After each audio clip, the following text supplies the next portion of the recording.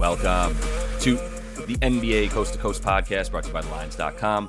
Coming to you from the West Coast, Josh Lander, joined as always by Nate Weitzer on the East Coast. And we have 4 player props here for you guys on a Wednesday night. 8 games to choose from in this slate. We've also got a couple game videos up for you. If you want to check those out as well, make sure to like and subscribe to that page. Also head to thelines.com. You can check out all of our great written content up there as the NBA is in full swing on our site. Plenty of player props. Mo and gang are also jumping in on some of these player props up there on thelines.com for you guys, where you can also use that odds finder tool we have, where you can make sure you're getting the best odds available to you from all these books giving you guys bets this season in the NBA. Nate, let's jump right into your first NBA player prop, former New York Knick Cam Reddish. Yeah, I'm taking a Portland Trailblazer here as they visit the Celtics, who are playing their third game in 4 nights and had to go to 3 overtime periods in those first 2. So not necessarily going to be at their highest energy. And the way they've defended Dame lately is to get the ball out of his hands. He has double-digit assists in both of his last 2 appearances against them. So he's going to have to kick it out to right now his main running mate. With Anthony Simons out and definitely with that ankle, Cam Reddish has stepped up, scoring 18 a game. Also nearly 5 rebounds, 4 assists on 20% usage. He's actually get double digits in all 5 road games so far with Portland, 17.5 points per game. Higher usage rate because one of those was a revenge game at Atlanta. Hitting, 47.5% from deep here in his last 3. So 13.5 points seems very low. The 3-point prop, I don't know if you want to go that route. I think you can tack on 3 rebounds, though, which is the same odds. Like I said, he's getting 5 a game. I don't know how the Celtics are going to be offensively. They are giving up the actually 6th most boards to shooting guards in their last 7 here, along with 24 points per game. So it's an opportunity to buy low here on a guy who's starting to get higher usage, enough so that Josh picked him up on his fantasy team, and I'll just bring that up before he can bring it up and get everyone to roll their eyes again. Wow. Get out of my head. Yeah, Cam, I expect big things from him down the stretch, as you mentioned, as proven by my pickup of him to try to make a run in these playoffs. And I just think it's a good bet right now. I mean, Anthony Simons, not really sure what's going to happen with him. He's continuing to miss games, and this Portland team's probably not going to the play-in anymore. They barely beat Detroit the other night, but Cam, as he continues to get minutes and usage, that's what you're looking for, and they do always have some minutes for a backup guard, or the running mate to Dame also gets a good amount of those second unit minutes, where I think Cam's going to continue to be able to score. So yeah, I'm in agreement on all that. I'm going to go with Joker for the next one because fucking whatever, you go for Joker, you take over on Denver at home and you go for Joker's props. And look, coming into town is the team that has been limiting points in the paint. They've been getting defensive rebounds. You don't know that, but the Chicago Bulls have been the best defensive team in the league for a month and a half straight now, rising all the way up to the 7th best defensive rating in the league. All that said, this is Joker. And when he plays Chicago and he plays anybody, even Vooch, at center right now, he's averaging 24.5 a game, 12 boards, and 12 assists. So if you want the triple-double, it's plus 110 at DraftKings, which is better than sometimes when it's even money for you to take a triple-double on the Joker. At least you get some plus odds on that right now. Those numbers, by the way, for Chicago are a little bit against Chicago, are skewed for Joker. He only had 8 points in a blowout win earlier this season because he didn't even need to play 30 minutes, but he had 14 assists in that time as well, and just over the 30 they played. So, points, whatever, but I think that's why the rebounds and assists, minus 120 for him to get 23 tonight, over 22.5, or you can just go with the assists at 10.5 assists. Over that is plus 115, so it's really good odds there for him to get the 11 assists. He's gotten 10 a few times recently, which was a little bit annoying, but because it usually sits at 10.5, I think this is a good opportunity though. Like we said, 14 in that game earlier this season, and yeah, since basically January at home, playing really well as you would expect. A bit lower in the points department there, 22.5 a game since Jan 1st at home, but almost 14 boards and about 12 assists. And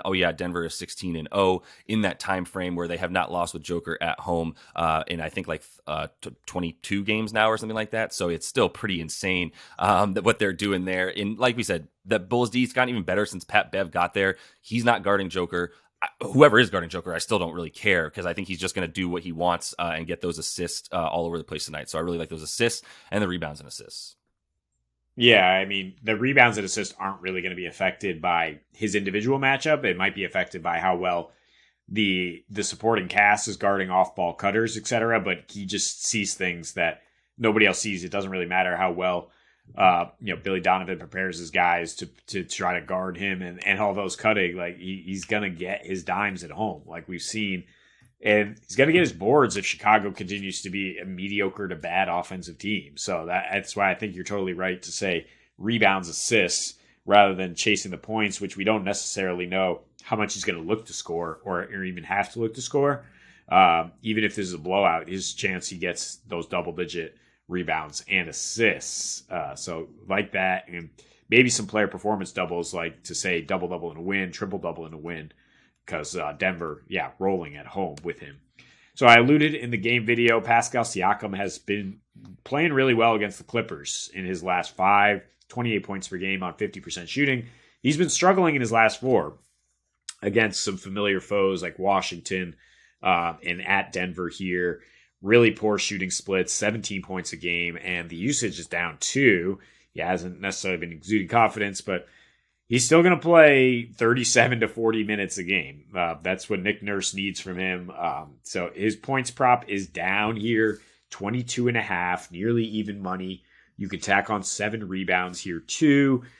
If you think the Clippers, because their increased pace will result in increased rebounding opportunities, I definitely think that's a good logic here. His previous 7 before this 4-game struggle, though, he's averaging 29 a game against some really good defenses, too. You got 3 matchups in there against the Cavs, Magic, and Pelicans. Can't get much tougher there. He does struggle with efficiency on the road in general. I mean, his last 8 or so splits here, really much worse, 20.5 points versus 29 at home. Does get another rebound per game, though, and his usage rate is slightly higher. So that's what I'm leaning on here. Combined with the fact that the Clippers don't really have a power forward that guards. I guess they start Morris, right? But he's way too slow for Siakam. Kawhi, not necessarily big enough or not necessarily focusing enough on the defensive end to just try to lock him up. And this game is going to be a little more freewheeling now that it's the Russell Westbrook Clippers. So up more pace, more fast break points means better numbers for Siakam. Yeah, for Pascal, and it's a pretty good matchup for him and on the road. While he may have struggled at times in these in this season, I still feel pretty good about the place that he scores from and the position that he's scoring from. Like we said, where he's going to be on the floor in this matchup. So we do like a lot of points in this one. So a game that probably won't have very many points. That's where I'm going for the last prop. That's why I'm going under. Got the Cleveland Cavaliers and the Miami Heat. So I'm going under on Jarrett Allen here. What's that total at right now? Like 215 in that one. So I'm going under 23.5 points and rebounds for the big man. Minus 111 on FanDuel for that. Look, it's Miami. You continue to like the matchup for Miami with Bam. In the 4 that he's played against Miami with Bam, the last 4, 9 points a game, 10 boards for Jarrett Allen, and just 6.5 field goal attempts a game. So that usage rate all the way down to 13%. And in 6 total, overall, the last 6 that he's played against Miami, only 12 boards and 12 points and 10 boards doesn't get you over the prop tonight as well. Miami allowing the fewest rebounds per game and second fewest points per game to centers because of Bam, who was in the running for Defensive Player of the Year, but obviously Jaren Jackson Jr. is running away with it. And Miami in their last 7 home games is playing at a 93.5 pace, allowing 38 rebounds per game, which is good for top 3 in the league right now. And that's basically what they've been doing for a lot of the season, but especially at home, it's just been some really, really slow games. And the last 7 this season for Jarrett Allen right now, he's right at about that 20 and a half points and rebounds combined for him, with just a 14% usage rate, as you continue to see Donovan and Darius really demand the ball. Really, after the first or second quarter, they're not even looking for Jarrett Allen. Anything he gets is off of second chance points, where Miami continues to be really, really good at limiting that as number 1 in the league over the last 15 games. So just not a good situation for Jarrett Allen in this one. And I think, Evan Mobley also playing super well obviously helps as he's been getting a ton more minutes. So under 24 points and boards for Jay Allen tonight. Yeah, and interestingly, he has notably lower numbers on the road despite playing a little bit more minutes, because Cleveland blows out a lot of bad teams at home. So he's playing more on the road, but he's getting less usage, scoring less, boarding less. And in this matchup, it's a little scary for sure, because Bam is not going to make mistakes. He's only scoring off lobs, basically. He's essentially a poor man's Rudy Gobert. I mean, I wouldn't go that far. He's almost as good as Rudy. Yeah. But he's just not getting as many opportunities because it's once again a Donovan Mitchell team, and he's gonna have a huge usage rate and try to follow up his 40 here against Miami. So yeah, I think we do go under for Jay Allen. Yeah, I mean, at least Donovan Mitchell's looking at Jay Allen and early in the game, as opposed to where he never looked at Rudy. But yeah, still not really getting the ball as like an offensive, centerpiece here is Jay Allen. So that's all the time we have for you in this one, though. Make sure to like and subscribe to that page. Continue to follow along. Got a couple game videos on this 8-game slate tonight. So until we see you next, happy betting.